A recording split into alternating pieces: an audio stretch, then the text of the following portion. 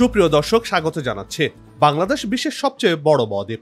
পাহাড়, বনাঞ্চল, খাল-বিল, হাওর বাওড়, নদী-নালায় ভরপুর এই বাংলাদেশ। চিরসবুজের এই দেশটি যেন প্রাকৃতিক সৌন্দর্যে সমৃদ্ধ।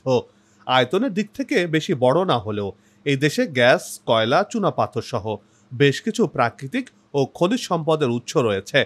প্রাকৃতিক এই সম্পদ আহরণের জন্য প্রতিনিয়ত চেষ্টা করে যাচ্ছে সরকার। এরই মধ্যে এই দেশে তেলের খনিও আবিষ্কৃত হয়েছে। প্রশ্ন, বাংলাদেশের মাটিতে এত প্রাকৃতিক সম্পদের দামই বা কত? এই অঞ্চলের মাটির নিচে কিভাবে এত খনিজ সম্পদের মজুদ রয়েছে? এই সম্পদগুলো কি সবই আহরণ করা সম্ভব? এসব প্রশ্নের উত্তর সহ দেশের খনিজ সম্পদের আদ্যপান্ত নিয়ে সাজিয়েছি এবারের পর্বটি। বিস্তারিত জানতে পুরো ভিডিওটি দেখুন। দর্শক, চলুন চলে যাই মূল ভিডিওতে।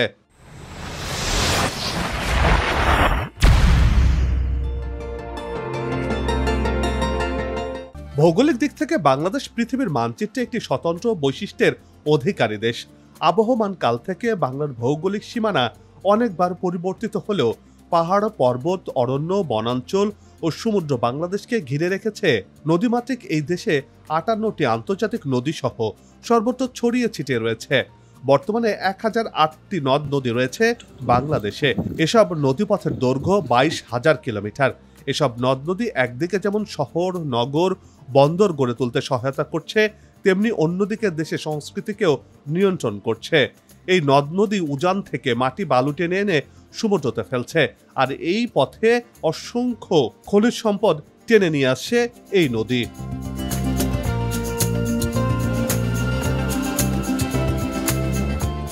ভূতাত্ত্বিক দিক থেকে বাংলাদেশের ভূভাগের বেশিরভাগই বঙ্গীয় অববাহিকার অন্তর্গত। দেশের উত্তর, উত্তর পূর্ব ও পূর্বাংশে এ অববাহিকা টার্সিয়া যুগের পাললিক শিলা দ্বারা গঠিত। উত্তর পশ্চিম, উত্তর পূর্ব ও মধ্য পশ্চিমাংশে অববাহিকার প্রায় 8 ভাগ প্লাইস্টোসিন যুগে পল্লল এবং অবশিষ্ট 80% ভূভাগ অসংহত বালি, পলি ও কাদামাটি দ্বারা গঠিত।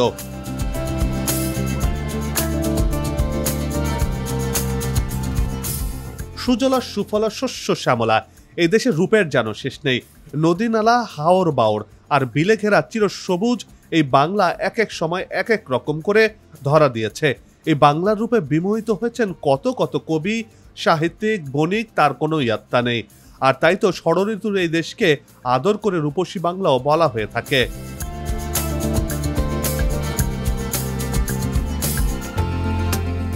এই বাংলার প্রাকৃতিক সৌন্দর্যের ভাঁজে ভাঁজে যেন প্রাকৃতিক এবং খনিজ সম্পদ মিলেমিশে রয়েছে। তবে এই দেশ খনিজ সম্পদ নির্ভর নয়। মধ্যপ্রাচ্যের মতো বাংলাদেশে অত বিশাল আকারের খনিজ সম্পদ নেই। তবে দেশের মানুষ কঠোর পরিশ্রমী, আর সেই পরিশ্রম দিয়ে বাংলার মাটিকে সোনার চেয়েও খাঁটি বানিয়েছেন এ দেশের মানুষ। নানান ধরনের ফসল আবাদ করে সোনা ফলাচ্ছেন তারা।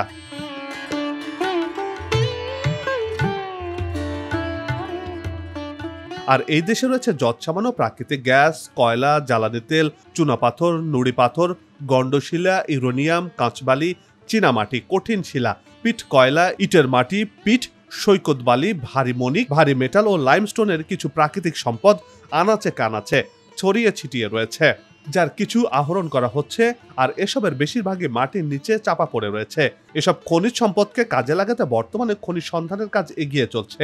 আবিষ্কৃত হচ্ছে নতুন নতুন গ্যাস ক্ষেত্র।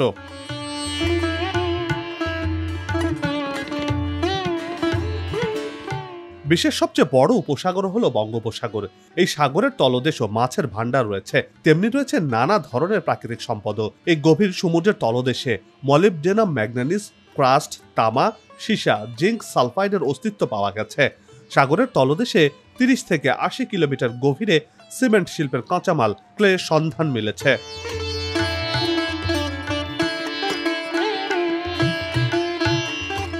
ম্যাগনেসিয়াস এডুয়েল, ফসফরাস ডিপোজিট, পলিমেটালিক সালফাইড নামক আকরিকও রয়েছে এই সমুদ্রের তলদেশে।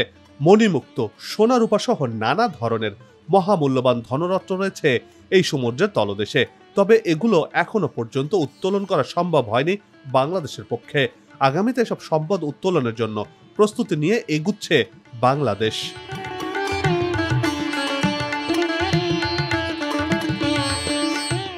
দেশের খনিজ সম্পদের মধ্যে সবচেয়ে বড় সম্পদ হলো প্রাকৃতিক গ্যাস। খনিজ সম্পদে ভরপুর সিলেট জেলার আনাচে কানাচে ছড়িয়ে রয়েছে মূল্যবান খনিজ সম্পদ, যার মধ্যে প্রাকৃতিক গ্যাসের সন্ধান সবচেয়ে বেশি মিলেছে। দেশে ক্রমবর্ধমান গ্যাসের চাহিদা মেটাতে সিলেট অঞ্চলে ২৬টি কূপ খনন করা হয়েছে। এসব কূপের মধ্যে বর্তমানে ১২টি কূপ থেকে দৈনিক কম বেশি ৯৩ মিলিয়ন ঘনফুট গ্যাস উত্তোলন করা সম্ভব হচ্ছে। এই অবস্থায় দেশে জ্বালানি সরবরাহ বাড়াতে সিলেটে আরও ২টি নতুন গ্যাস কূপ খননের উদ্যোগ নিয়েছে সরকার।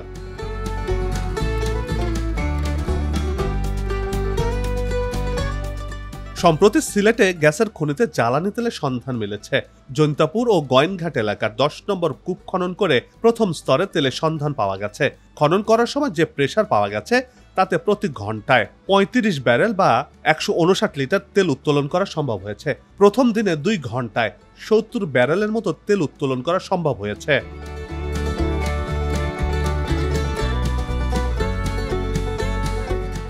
প্রাথমিকভাবে ধারণা করা হচ্ছে এখান থেকে দৈনিক ৫০০ থেকে ৬০০ ব্যারেল তেল পাওয়া যাবে। এই কূপ থেকে আগামী ১৫ বছরের বেশি সময় তেল উত্তোলন করা যাবে, যার সুফল পাওয়া যাবে প্রায় ২০ বছর পর্যন্ত। প্রায় ৩৭ বছর আগে ১৯৮৬ সালে হরিপুরের গ্যাস ক্ষেত্র থেকে খনিজ তেলের সন্ধান মেলে। এরপর টানা ৭ বছরে মোট ৫,৬০,৮৬৯ ব্যারেল তেল উত্তোলন করা হয় এই খনি থেকে।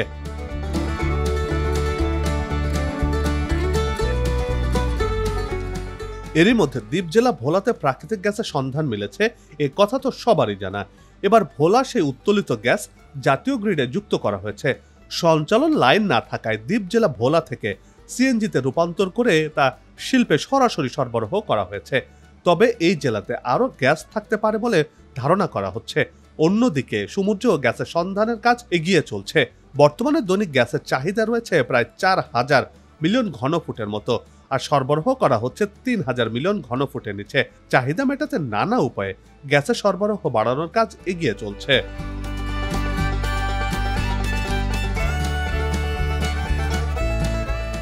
এদিকে উত্তরবঙ্গের মাটিতে নানান ধরনের খনিজ সম্পদ রয়েছে।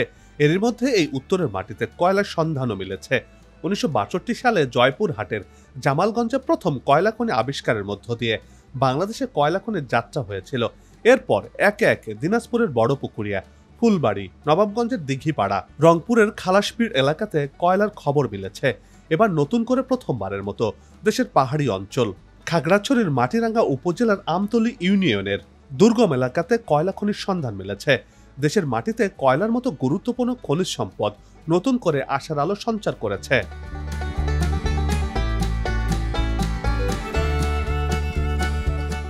দেশের প্রাকৃতিক খনিজ সম্পদের অঞ্চল হিসেবে পরিচিত উত্তরবঙ্গে আরও একটি খনির দেখা মিলেছে। রংপুরের পীরগঞ্জে নতুন করে একটি ধাতব খনির সন্ধান মিলেছে। এর মধ্যে এই খনিতে কি পরিমাণ ধাতব পদার্থ রয়েছে তা জানতে খনন কাজ শুরু হয়েছে। এজন্য খনি এলাকাতে বসানো হয়েছে আধুনিক সব যন্ত্রপাতি। খনন কাজ এগিয়ে চলছে, বলা চলে এখন শুধু উত্তোলনের অপেক্ষা।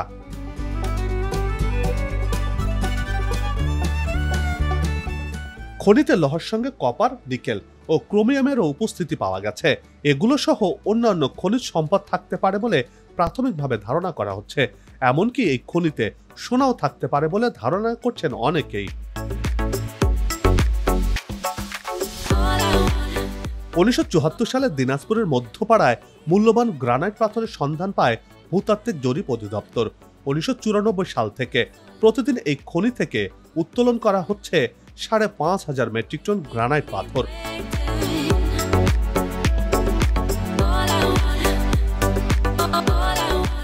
এখন পর্যন্ত উত্তরবঙ্গে সবচেয়ে বেশি ধাতব পদার্থের খনি পাওয়া গেছে। এটি বরেন্দ্রভূমির অংশ হিসেবে এই জনপদটি অতি প্রাচীন।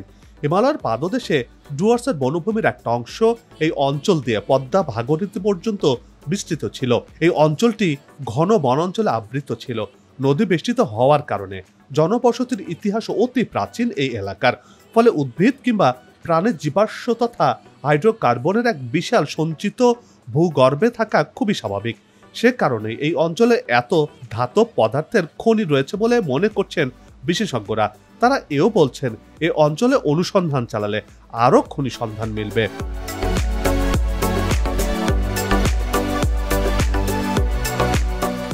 জিএসবির ওয়েবসাইটে প্রকাশিত খনিজ সম্পদ মজুদ সম্পর্কে বলা হয়েছে, দেশে জয়পুরহাটের জামালগঞ্জে ১০৫ কোটি ৩০ লাখ টন, দিনাজপুরের বড়পুকুরিয়ায় ১০ কোটি ২০ লাখ, রংপুরের খালাসপীরের 14,30,00,000 এবং দিনাজপুরের দিঘিপাড়ায় 40,20,00,000 টন কয়লার মজুত রয়েছে। পিট কয়লা মজুত রয়েছে মৌলভীবাজারের হাকালুকি হাওরে 28,20,00,000 টন, গোপালগঞ্জের বাঘিয়া চান্দাবিলে 15 কোটি, সুনামগঞ্জের ধীরাইয়ে 7.5 কোটি, সাল্লায় 5,20,00,000, ব্রাহ্মণবাড়িয়ার বিজয়নগরে 3,20,00,000 এবং খুলনার কলামৌজায় 80,00,000 টন কয়লা মজুত রয়েছে।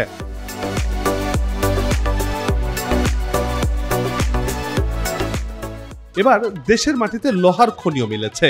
খনির জেলা হিসেবে পরিচিত দিনাজপুরে এবার 3টি লোহার খনির সন্ধান মিলেছে। দেশের প্রথম লোহার খনির সন্ধান পাওয়া গেছে এই জেলাতে।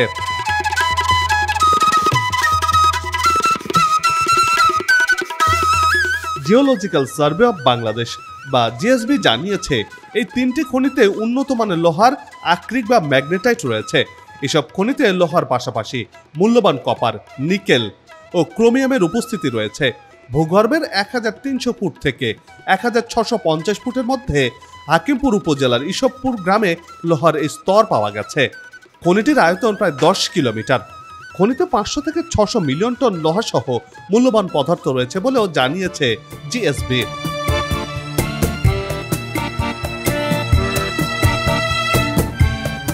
2012 সালে হিলির আলীরহাট এলাকায় জিওলজিক্যাল সার্ভে অব বাংলাদেশ নামের একটি সংস্থা প্রথম খনন কাজ শুরু করে। এর 1 বছরের মাথায় এখানে লোহার খনির অস্তিত্ব পায় সংস্থাটি। 2020 সাল পর্যন্ত ওই এলাকার 4টি স্থানে খনন কার্যক্রম পরিচালনা করে 408 থেকে 632 মিটার গভীরতায় 3টি স্তরে 68 মিটার পুরু ও 5 বর্গ কিলোমিটার এলাকা জুড়ে আকরিকের সন্ধান পায়। ওই খনিগুলোতে 625 মিলিয়ন টন লোহা আকরিকের সন্ধান পাওয়ার আশা করা হচ্ছে। নিকেল সহ চুনা পাথরের সন্ধানও পান সংস্থাটির গবেষকরা।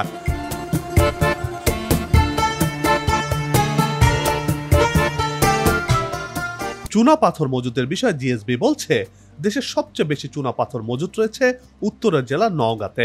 এই জেলার তাজপুর, বদলগাছি, ভগবানপুরে 2,500 কোটি টনের বেশি চুনা পাথর মজুত রয়েছে।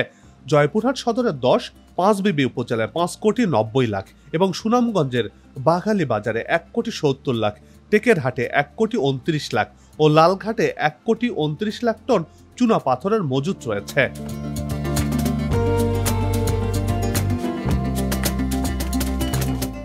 এই খনিজ সম্পদ হিসেবে মূল্যবান সাদা মাটি রয়েছে টাঙ্গাইলের মধুপুরে 12.5 কোটি টন, হবিগঞ্জের মাধবপুরে 6,80,00,000 টন, নেত্রকোনার বিজয়পুরে 2.5 কোটি টন। এছাড়া দেশের আরও কয়েকটি জেলায় সাদা মাটির মজুদ চিহ্নিত হলেও এর পরিমাণ নিয়ে কোনো তথ্য দিতে পারেনি জিএসবি। দেশের 6 জেলায় বিপুল পরিমাণ নুড়ি পাথরের মজুদের কথা জানিয়েছে সংস্থাটি। এসব জেলায় নুড়ি পাথরের মোট মজুদের পরিমাণ 220 কোটি টন। দিনাজপুরের হাকিমপুরে আকরিক লৌহ মজুত রয়েছে 65 কোটি টন। দেশে কাঁচবালির মজুত রয়েছে 3,200 কোটি টনের বেশি।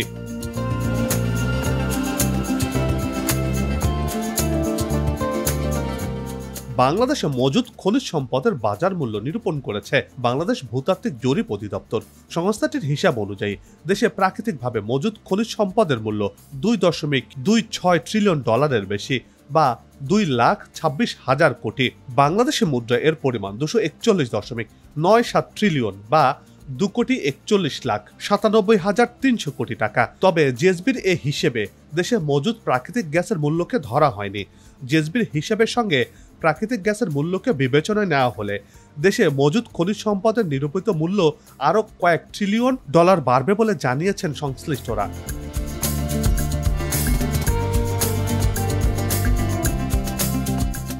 জিএসবি দেশে আবিষ্কৃত 8 ধরনের খনিজ সম্পদের আর্থিক বাজার মূল্য ঠিক করেছে $2,26,140 কোটি। এর মধ্যে কয়লায় রয়েছে 725 কোটি টনের বেশি। বাজার মূল্য টন প্রতি $175 হিসেব করলে এ পরিমাণ কয়লার দাম দাঁড়ায় $1,26,890 কোটি। পিট কয়লা সম্ভাব্য মজুদ রয়েছে প্রায় 60 কোটি টন। প্রতি টন $60 হিসেবে এর মূল্য দাঁড়ায় $3,590 কোটি বা 35.9 বিলিয়ন।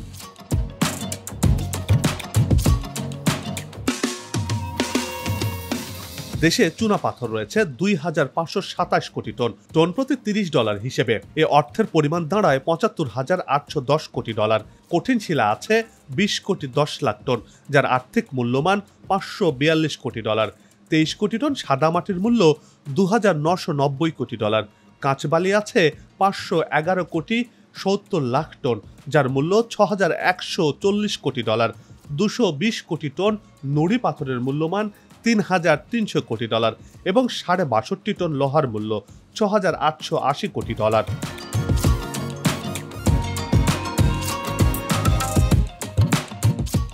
গেল কয়েক বছরে বাংলাদেশ দুর্বার গতিতে এগিয়ে চলছে, হয়েছে উন্নয়নের রোল মডেলও। আবার দেশের অর্থনীতির অন্যতম ভিত্তি হতে পারে আবিষ্কৃত অনাবিষ্কৃত বিপুল প্রাকৃতিক সম্পদ। এ সম্পদ আঁকড়ে ধরেই বাংলাদেশ হতে পারে এশিয়ার অন্যতম অর্থনৈতিক শক্তি। একথা অনস্বীকার্য। এসব সম্পদ আহরণে বাংলাদেশের প্রযুক্তিগত সীমাবদ্ধতা রয়েছে। সীমাবদ্ধতা কাটিয়ে এ পর্যন্ত যেসব মূল্যবান খনিজ সম্পদের সন্ধান পাওয়া গেছে তা যথাযথভাবে আহরণ ও ব্যবহারযোগ্য করে তুলতে পারলে বাংলাদেশের অর্থনৈতিক ক্ষেত্রে যে বৈপ্লবিক পরিবর্তন হবে তাতে কোনো সন্দেহ নেই। এই যেমন বলা যেতে পারে এক ইউরেনিয়াম দিয়েই বাংলাদেশ অনেক দূর এগিয়ে যেতে পারে বলে মনে করছেন বিশেষজ্ঞরা। সেই সাথে অন্যান্য খনিজ সম্পদগুলো উত্তোলন করতে পারলে বাংলাদেশের অর্থনৈতিক সূচক কোথায় গিয়ে দাঁড়াবে তা সহজেই অনুমেয়।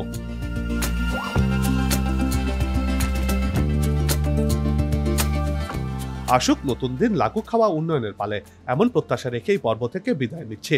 তবে যাবার আগে সে একই অনুরোধ, যেখানে সেখানে ময়লা আবর্জনা ফেলবেন না, পরিবেশের ক্ষতি করবেন না, অযথা হর্ন বাজাবেন না। আপনার দেশের সৌন্দর্য রক্ষায় পোস্টার লাগানো থেকে বিরত থাকুন। চ্যানেলটিতে যদি নতুন হয়ে থাকেন আর ভিডিওটি ভালো লাগে তাহলে চ্যানেলটি সাবস্ক্রাইব করে ভালোবাসায় আবদ্ধ করবেন। ভালো লাগা না লাগার বিষয়টি কমেন্টে লিখে জানাবেন। কি ধরনের ভিডিও দেখতে চান তাও জানানোর অনুরোধ রইল। আগামীতে আবারও দেখা হবে নতুন কোনো জায়গা, তথ্য, ইতিহাস আর উন্নয়ন চিত্র নিয়ে। নিজে ভালো থাকুন, দেশকে ভালো রাখুন, আমাদের সাথেই থাকুন, দেখতে থাকুন দেশের এগিয়ে যাওয়ার চিত্র। ধন্যবাদ।